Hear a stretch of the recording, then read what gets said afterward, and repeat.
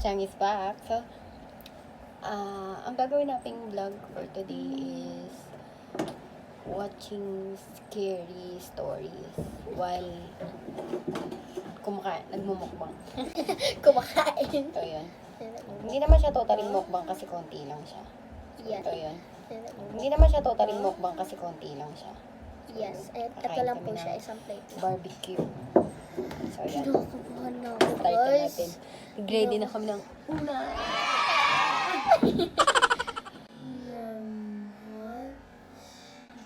So, yun. Kay Ate Kimo Chang po ito. Pero susunod gagawa na kami ng Bagong channel. bagong channel. Yung channel naming dalawa. Chay So, yun. Chay! Chay Chay and Kids Vlog. Kimo Chang po. Sige ko. Ayoko ng sound. It was Halloween and the flight had suffered a huge delay for whatever reason, which led to most of the passengers being reseated on other flights, leaving only a handful of us. And by us, I mean those unlucky enough not to have been reseated or unable to afford a hotel, stuck at the airport. Despite the long wait, I actually preferred sharing the cabin with fewer passengers, which is something usually one could only accomplish in first class. I enjoyed the luxury of being able to choose my seat once I boarded the flight. While most of the passengers had decided to sit at the far back section of the plane, I chose a quiet corner seat in the front section where there were just a few other passengers that appeared to know each other, judging by how close they were seated together. The flight was originally intended to take place during the day, but the delay had resulted in an overnight flight. Not a big deal, but I did miss seeing the awesome view from outside the window, which eventually led me to focus my attention to the interior of the cabin. Despite the fact that most planes often appear larger on the inside, the enclosed space always made me feel a little uncomfortable, and usually resulted in a persistent need for a distraction such as reading a book or listening to music. I was about to pull out my phone when I was suddenly approached by the flight attendant. Focus sa ano? Wish I have friend. Yan na internet. Nakakaloka. Ubus na agad, guys. Kasi kanina pa ako na. So, yun. Ang bagal po ng internet. Kaya, Kaano na kami. kain na kami. Hanggang sa maubos namin ito, ah. So, yun. Kanina pa siya sinusundo ng mami niya. Pero kasi sabi namin magmumukbang kami. May mga babalik na yun. Missed seeing the awesome view from outside the window, which eventually led me to focus my attention to the interior of the cabin. Despite the fact that most planes often appear larger on the inside, the enclosed space always made me feel a little uncomfortable, and usually resulted in a persistent need for a distraction such as reading a book or listening to music. I was about to pull out my phone when I was suddenly approached by the flight attendant asking me if I wouldn't mind sitting with the other passengers. Albeit confused, I agreed to the unusual request, since I was travelling fairly light and I figured there must have been a good reason for it, although I did regret asking why when I had the chance. Shortly after changing seats and settling in, the entire cabin plunged into an eerie silence. I probably wouldn't have thought that much of it had it not been for the conversations between the other passengers that had quickly faded into frightened whispers of shock and disbelief. Have you ever felt that strange sensation of the atmosphere around you instantly becoming heavy with sorrow and the thought of never being cheerful again? That's exactly what it felt like, and even more so as I looked to see what everyone was getting so upset about. Yan na naman po siya. Oh my God, yan na. Oh my gosh.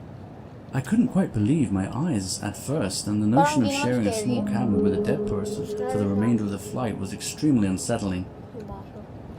I knew that the flight staff were probably just following procedure, but I could still feel my stomach churning in the face of this morbid turn of events. At that point, I decided to head on to the restroom. Oh my gosh. Fail yung mukbang.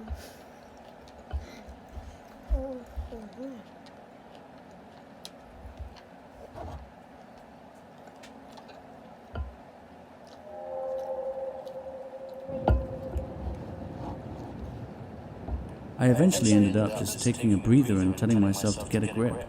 I wasn't the only passenger on the plane after all. After a few minutes of finally pulling myself together enough to try to get through the rest of the flight, a loud thud shook the door.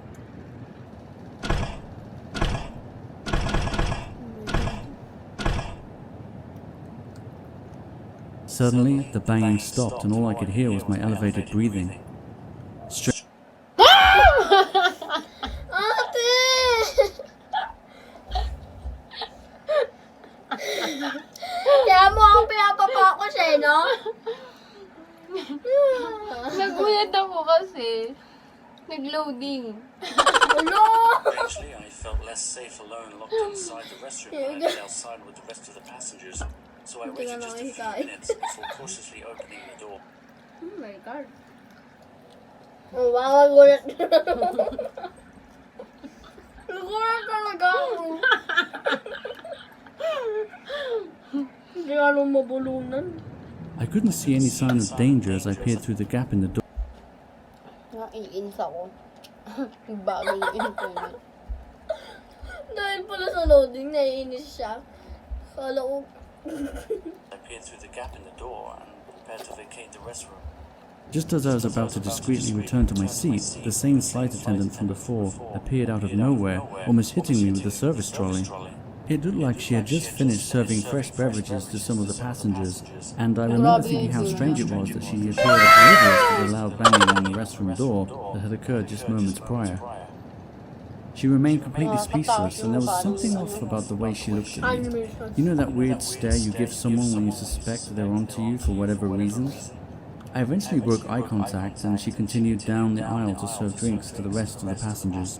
I quickly returned to my seat, having almost completely forgotten about the corpse that had been seated in the corner behind me. I still can't believe I managed to walk right past it without even noticing.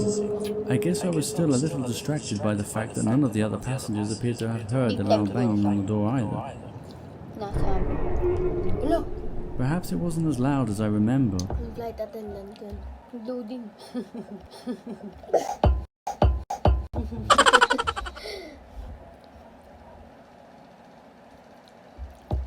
Akala ko yung flight attendant yung ano, yung loading na naman pala. Yung loading talaga yung nakakatakot dito eh. Mawawala ng wifi. Perhaps it wasn't as loud as I remember. Or maybe it was just a prank. It was Halloween after all. At least I had a spooky Halloween tale to share with my young listeners back at home. Even if it meant not being able to share the entire truth of what really happened on Ayoko board na that pala. flight. At least until now. Laga tayo.